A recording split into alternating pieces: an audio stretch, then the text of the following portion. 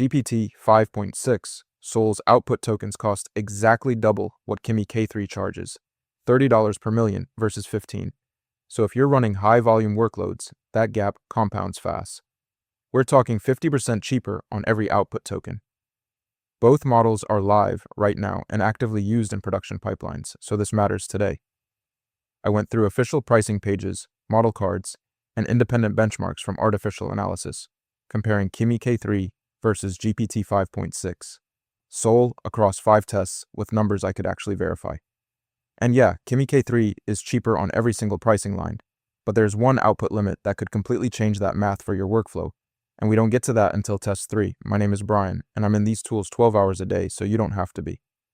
Alright, so we've got 5 tests, real numbers, and a clear decision rule by the end. Let's get into it. So who's this for? If you're routing millions of tokens a month through an API or picking a reasoning model for an agentic coding pipeline, the wrong call here costs real money and real latency. The price gap alone is 40 to 50%.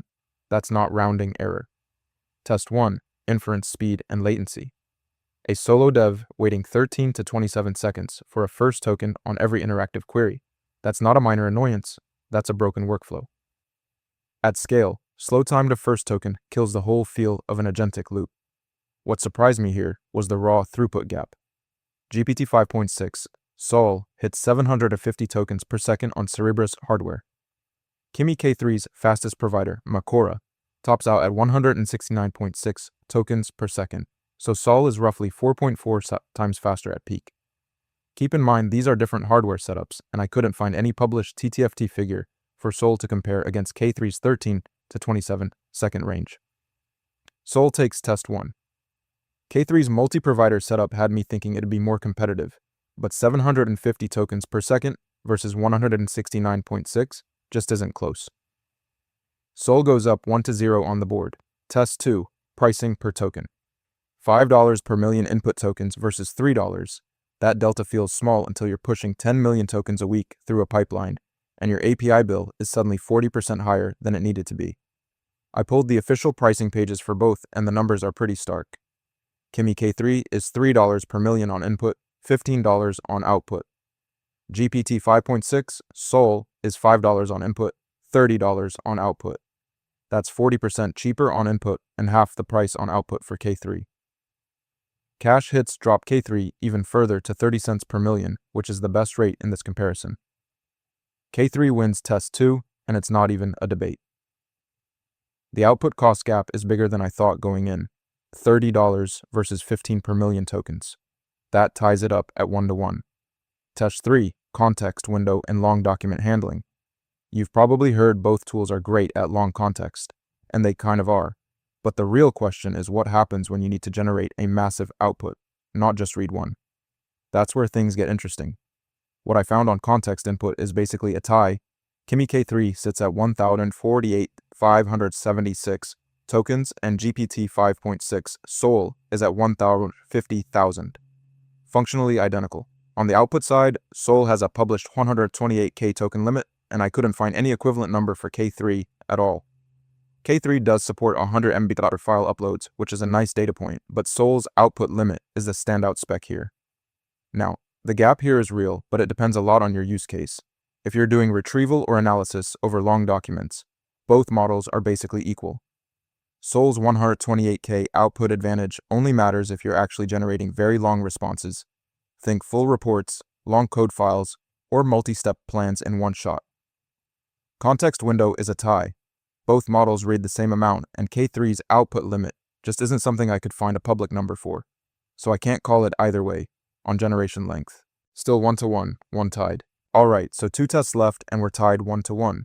But the next test is the one where the price gap stops mattering if you actually need your model to be right. Reasoning accuracy is up next, and that's where this thing breaks open. Test 4, reasoning and math accuracy.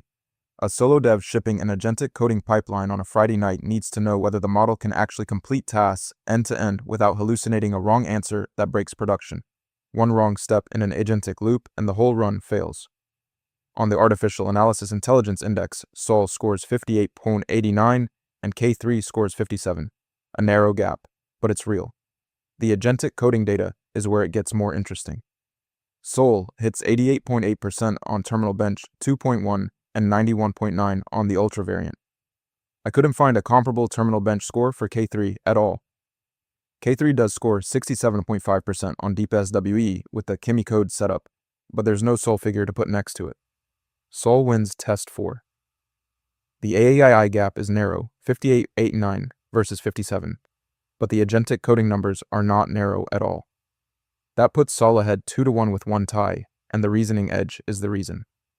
Test 5, API reliability and uptime. If your pipeline goes down at 2 in the morning because the API dropped, you want to know which model has the better track record before you build on it, not after. I went looking for at least one published uptime figure here, but I couldn't find verified uptime data for either model's API. OpenRouter monitors Kimi K3, but doesn't publish an aggregate percentage. Sol has nothing published either. So this one's a dead end on current data. No winner here. Neither side has the data. Score stays at Sol 2, K3 1, 2 tied. Okay, so where does Kimi K3 actually win? Pricing, full stop.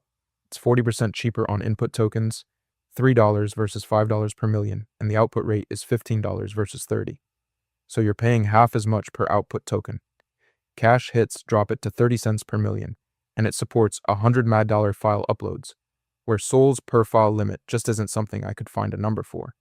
And where does GPT-5.6 Sol win? Speed, 750 tokens per second on Cerebras, which is 4.4 times K3's fastest provider. Output length, a published Hunchart 28K token limit that K3 just doesn't have a public number for. And reasoning, where Sol leads on the AAI benchmark and dominates agentic coding at 88.8% on Terminal Bench 2.1. Okay, here's the decision rule. Going in, I thought the output cost gap, $30 versus $15 per million tokens, might be enough to make K3 the default pick, but the reasoning and speed data pulled Sol ahead where it counts most. So, if you're running high volume, cost-sensitive workloads and you can live with slower first token latency, Kimi K3 at $15 per million output tokens is the move.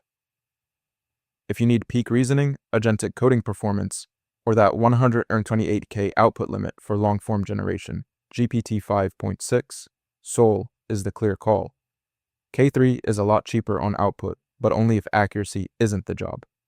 I ran GPT-5.6 Sol against Gemini 2.5 Pro next, and the reasoning gap actually flips in a pretty interesting way. That comparison is already on the channel if you want to see where Sol's benchmark lead holds and where it doesn't.